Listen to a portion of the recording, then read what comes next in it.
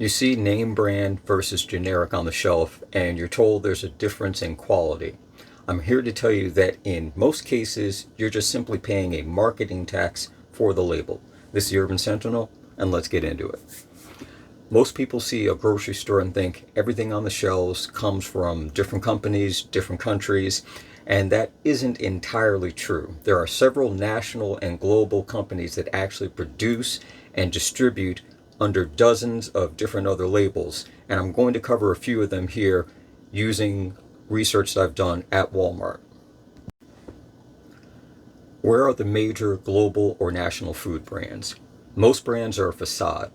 The shelf space is controlled by a handful of mega conglomerates. The logo on the front is a marketing expense, but the commodity on the inside is often very identical or exactly the same product you see across multiple labels. Whether it's a high-end name brand that everyone knows right off the top, or a regional or local area store-bought or generic brand, it's all coming from the same area. I'll give you a couple of examples. Companies like ConAgra Brands, they own Banquet, Chef Boyardee, Healthy Choice, Hunt's, Slim Jim, Orville Redenbacher's. Kraft Heinz, they of course own Kraft, they own Heinz, Oscar Mayer, Philadelphia Velveeta, Lunchables, Maxwell House.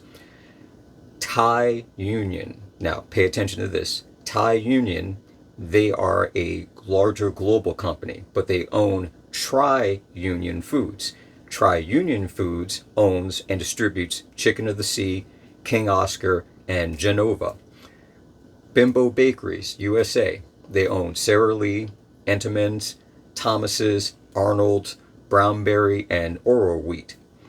Blue Triton, which this was something that I just discovered while doing this, they own Poland Spring, Pure Life, Deer Park, Ozarka, Zephyr Hills, Ice Mountain, Arrowhead, Aquapana, San Pellegrino, Splash, and then a Ready Fresh, a beverage delivery service company. They pretty much own a large chunk of the bottled water industry. Now, to clarify, the company, Blue Triton, is not actually producing the product, but they own the companies that do. So, as far as I know, Poland Spring is still bottled in Poland, or rather in Maine, but the company that owns it owns all the other competitors that it's going out there dealing with. So in many cases, the label that you see and the claims that are made are true to the extent, but if you're trying to delineate between, well, I trust this brand because of this label, it's owned by the same company that you're looking at saying, well, I don't trust that one because of that label. They're both owned by the same company, and in many cases, depending upon the product, they're produced, distributed, canned, bottled, processed, butchered, slaughtered in the same locations, same factories, same everything. Now, Walmart has their Great Value private label.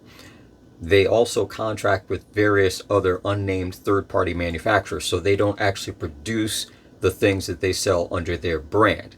Now, because of this, if it is within the United States, there's not an immediate declaration on canned goods. You're not going to see that. If it's a product that comes from outside the US, then you will see product of and the country listed on there. In terms of meat, poultry, that sort of thing, USDA requirements, there is an EST number that every producer of some type of food like that, whether it's vegetables, fish, beef, what have you, has to have an established number that's registered with the USDA. That's part of the guidelines. So you can look that up to see when you see an ESDA number, say for example, EST 86P on a Walmart package label. That is tied directly to that, and that information, when you go to that website, you'll be able to look and find out who the actual manufacturer is, where it's located, things like that. All the other different types of brands that have different things on them, in many cases, you may have multiple fisheries in a region, but they all deliver to one or two canneries where then the tuna fish, the sardines, whatever it is, are processed. And then those canneries are probably owned by one of the larger corporations that simply distribute their goods out to the different retailers that put it on the shelf. Something else to consider: how will oil or petroleum products or disruptions affect the supply and distribution? Now, oil is the invisible ingredient. It powers the transport, it powers the factories, it provides the necessary means for the fertilizer for the crops. It's even involved in the plastic and the packaging of everything that comes in.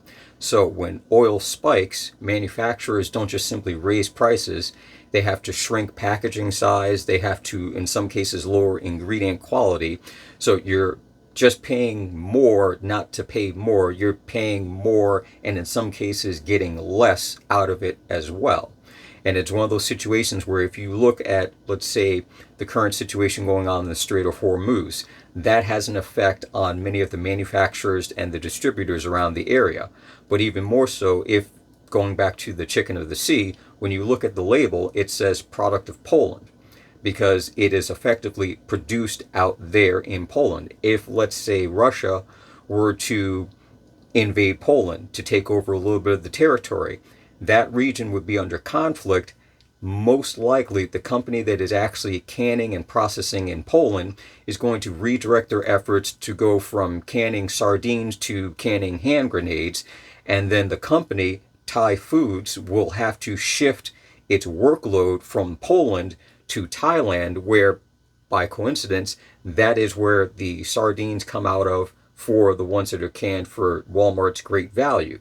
So you're still getting the same owned company, still shifting their product from one end to the other end and simply repackaging. And what you'll look for is you'll still see chicken of the sea, but instead of saying product of Poland, it might say product of Thailand. Now, if you see this happening 2 weeks, 3 weeks, 4 weeks after a known conflict has been stated, they've effectively decided that they can still salvage operations, but they're shifting their business focus elsewhere. If by chance you happen to notice this and the media hasn't said anything about Russian aggression moving westward towards the NATO countries, there's a good chance that they got word on the street that something was going to go down, and they decided to start bumping up their operations and their supplies at the other location, knowing that if there is an invasion, they're going to have to redirect or even in many cases stop the brand altogether if they can't basically balance out the cost of moving operations, not in the physical sense, but in the financial sense. Is it going to be worth it? Now you're thinking, well, how do the companies make money? Because after all, what's the point? Give you an example. If you have, say, a can of sardines, Chicken of the Sea, that's a brand that you know. Everyone recognizes the logo, they know the name. Versus Walmart's Great Value, their sardines. They can both be products of Thailand because they will both most likely be processed in the same facilities that, say, Thai Union Foods owns.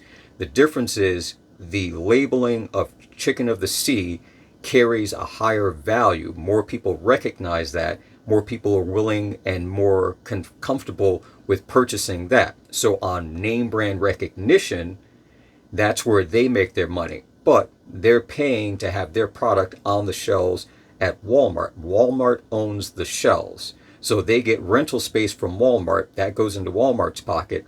The same sardines in their can are the same ones in the Walmart can. Walmart then can get people still buying because they're offering their sardines at a lower value, even though price-wise it contains the same exact thing that the Chicken of the Sea does. So Walmart does not lose out if you come to the shelf and you say, well, I'm getting Chicken of the Sea because I know it and I trust it, versus getting their value brand. They still make money either way. They either get it from the rental space that Chicken of the Sea pays them, or they get it when people actually purchase their brand product. Now, if you're wondering who supplies or processes most of what we buy, that's still a lot harder to nail down. In many cases, some companies, they're private label, they actually control their product from start to finish. They may source material locally, but the actual company has their own facilities and they do everything else there. So as an example, you would have cattle coming in from different ranches, but they go to the same slaughterhouse, which is owned by the company that then produces and packages and sends out the meat. So in many cases, you still have to do your research. If you have a particular brand that you trust, that you go by, you may find that in some cases, depending upon the retail establishment, the meat that you swear by in this label is the exact same meat because you check the EST number to find out that it's being slaughtered and processed at the same exact factory. So it's the same thing, but now you have to look to see, is it the same price? And in many cases with the name brand versus generic brand, when they are like that, there's a price difference, but there's not an actual quality difference. Now, why you should check the name brand versus the generic brand. If you're only looking at the label itself and nothing else, it is what it is. But in many cases, when you start checking country of origin and you're looking at the meats and things like that, you'll start to see those EST numbers show up. And even though the labels might be different, or it might not say, for example, great value, it might say USDA prime or USDA choice. But then when you look and you see that it's the same EST number, it's the same company, same processing facility, even though the labels are different. And that really can come down to, if you're on a budget, thinking that you need to save money and you're just getting the name brand because it's the cheaper one, but the thought of you're actually saving money on both ends, because in many cases you're getting the same quality for the lower price. Because as I said before, the name brands that you know are paying for the shelf space on Walmart. Walmart owns the shelves. That's theirs. They don't charge themselves rent. So when they put their brand up, especially if it is the same quality, that's how they make their money. And it's not just Walmart. It's not exclusive to them. That's all retailers. Any retailer, especially when it comes to groceries that have their own brand, in many cases, that's exactly what happens. They're getting the same wheat, flour, eggs, fish, what have you, from many of the same exact sources that the name brands do. And in some cases, a parent company owns one or the other, and it's basically still supplying and divvying out all the same product no matter what. Now, when the writing on the wall becomes clearly visible, you have to start thinking about situations when you hear about food recalls, or when you hear about major natural disasters going on, or man-made disasters, or any type of conflict in different regions. Because in some cases, companies that have multiple locations around the globe or around the United States, depending upon where you're at, they look to shift operations. They do what they can to minimize loss. So in many cases, if a company owns 5 or 6 canneries, owns 5 or 6 slaughterhouses, whatever the case may be, and there's a problem in one region, they'll shift operations, and there might either be a slight drop or lag in product coming back out onto the shelf. You may see an increase for a while in the product, but then more comes in and it levels out, depending upon what they're trying to do. That can also be an indicator. So you want to look at situations when they do have some type of food recall.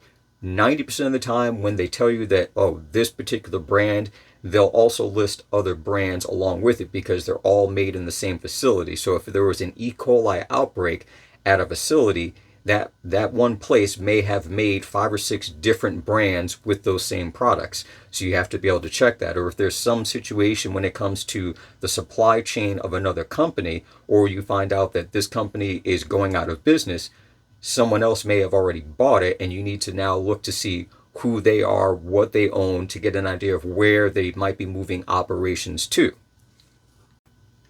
So building up an inflation-proof pantry, storing up food, isn't just simply about hoarding as much as you can or buying the most of the cheapest. It's about understanding that in many cases the products and the companies are interconnected in ways that you might not be aware of. So it gives you better options as the consumer to understand what you can afford to buy, and along with the quality of what you're getting. Now, many of you have probably already been doing this, but you keep an eye on the prices. You've been watching to see what's going on. But in the comments, share where you've seen either the prices go up on products at the locations, the type of store, or where you've seen an absence of certain products or things that used to be on the shelf in large amounts. Maybe they're in smaller amounts, because it all builds into a sort of pattern and you start to see and understand how things are moving along. But that's it for now. That's all I got for you in this one, and I'll catch you in the next one.